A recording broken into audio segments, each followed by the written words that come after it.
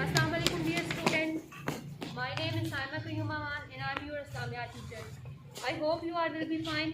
तो अगर आपको लेक्चर के दौरान किसी चीज़ की समझ ना आए तो आप बिफोर लेक्चर मुझसे क्वेश्चन कर सकते हैं। ओके। तो आज हम स्टार्ट करते हैं लेक्चर। आज का तो क्या है, हकूकी इक़साम। हकूक की कितनी किस्में हैं? दो। हकूक अल्लाह और हकूक इबाद। तो इस्लाम में एक मुकम्मल ज़ाब्ता हयात है। अल्लाह ताला ने तमाम इंसानों के हकूक़ का तयन फरमा दिया है ताकि माशरे में ज़िंदगी गुजारने के लिए इनको एक वाज़िया राह मिल सके और माशरे में तवाज़ुन कायम रहे। आवाज़ आ रही है मेरी सबको? Yes ma'am. ठीक है। हकूक़ की दो किस्में हैं। पहली किस्म अल्लाह के हकूक़ अल्लाह यानी अल्लाह के हकूक़ हैं और दूसरी किस्म हकूक़ इबाद यानी बंदों के हकूक़ हैं। इंसानी फितरत का तकाज़ा ये है कि मिलजुल कर ज़िंदगी बसर करें, इसार, हमदर्दी, मोहब्बत, रंज और राहत में एक दूसरे का साथ दें ताकि एक परसकून और आला माशरा तश्कील दे सकें। एक हदीस मुबारका में इरशाद होता है, तुम पर तुम्हारे रब का हक है, तुम्हारी जान का भी हक है, तुम्हारे एलो अयाल का भी हक है और तुम्हारी औलाद का भी तुम पर हक है। समझ आ रही है सबको मेरी बात? Yes ma'am. लिहाजा हर हकदार का हक अदा करो। एक और हदीस में इरशाद होता है, बिलाशुबहा तुम्हारी औलाद का भी तुम पर हक है। तुम में से कोई शख्स ईमानदार नहीं हो सकता जब तक वो अपने भाई के लिए वही चीज़ पसंद ना करे जो वो अपने लिए पसंद करे। सबसे पहले हकूक़ इबाद में जो आ जाते हैं वो हैं रिश्तेदारों के हकूक़। रिश्तेदार हदीस नबी में आया है, जो आदमी चाहता है कि उसकी उम्र दराज हो, उसका रिज़्क़ कुशादा हो और वो बुरी मौत से बचे, उसकी दवा कबूल हो कि वो सिला रहमी अख्तियार करे। तो इसमें ये एक दफ़ा हज़ूर अकरम सल्लल्लाहु अलैहि वसल्लम की खिदमत में एक शख्स हाज़िर हुआ और उसने कहा, या रसूल अल्लाह, मैंने गुनाह कबीरा किया है, तो क्या मेरी दवा कबूल होगी? इस पर आपने दरियाफ़्त किया, क्या तेरी माँ ज़िंदा है? तो उसने जवाब दिया, नहीं। तो फिर आपने उससे पूछा, क्या तेरी खाला ज़िंदा है? उसने कहा, हाँ। आपने इरशाद फरमाया, तो फिर उनके साथ हुस्न सलूक कर। गोया रिश्तेदारों का हक अदा करने से गुनाह कबीरा भी बख्श दिए जाएंगे। इसके बाद आ जाते हैं वालिदैन के हकूक़। हम पर फ़र्ज़ है कि हम अपने वालिदैन के हकूक़ पूरे करें और उनका ख्याल रखें।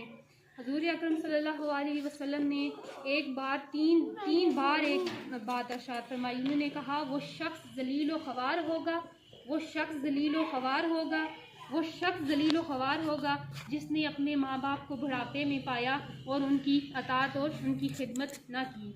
तो इससे ये हम पे लाज़िम है कि हम अपने वालिदैन को जब उनको बुढ़ापे में पाएँ तो उनकी खिदमत करें और उनकी अताअत करें।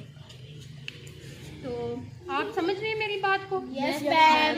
तो इसके बाद मेहमान के हकूक़ आ जाते हैं। इस्लाम ने रिश्तेदारों के अलावा मेहमान के हकूक़ पर भी बहुत ज़ोर दिया है। ख़ुद हमारे प्यारे नबी सल्लल्लाहु अलैहि वसल्लम अपने घर आए हुए मेहमानों की खातिर मदारत में किसी किस्म की कोई कसर उठा न रखते थे। खुद भूखे रह लेते थे मगर अपने मेहमानों को पेट भर कर खाना खिलाते थे। यही हाल सहाबा इकराम का था। इसके बाद आ जाते हैं पड़ोसियों के हकूक़। पड़ोसियों के हकूक़ में इस्लाम में बहुत ज़्यादा ज़ोर दिया गया है।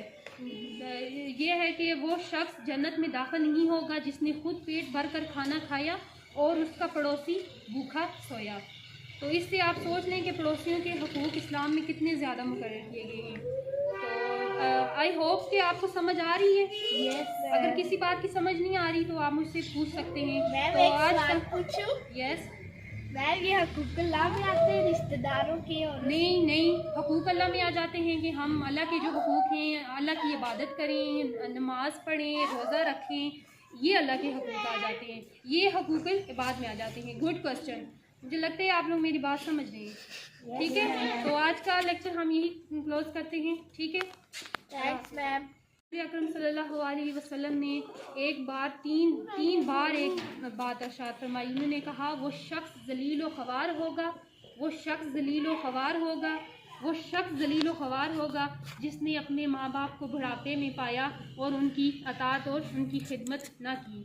तो इससे ये हम पे लाजम है कि हम अपने वालिदैन को जब उनको बुढ़ापे में पाएँ तो उनकी खिदमत करें और उनकी अतात करें। तो आप समझ रहे हैं मेरी बात को? Yes, ma'am.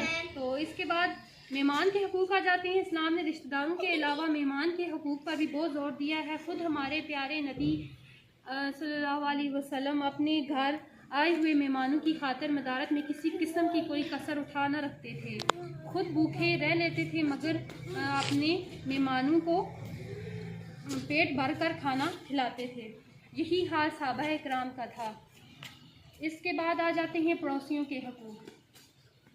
पड़ोसियों के हकूक़ में इस्लाम में बहुत ज़्यादा ज़ोर दिया गया है।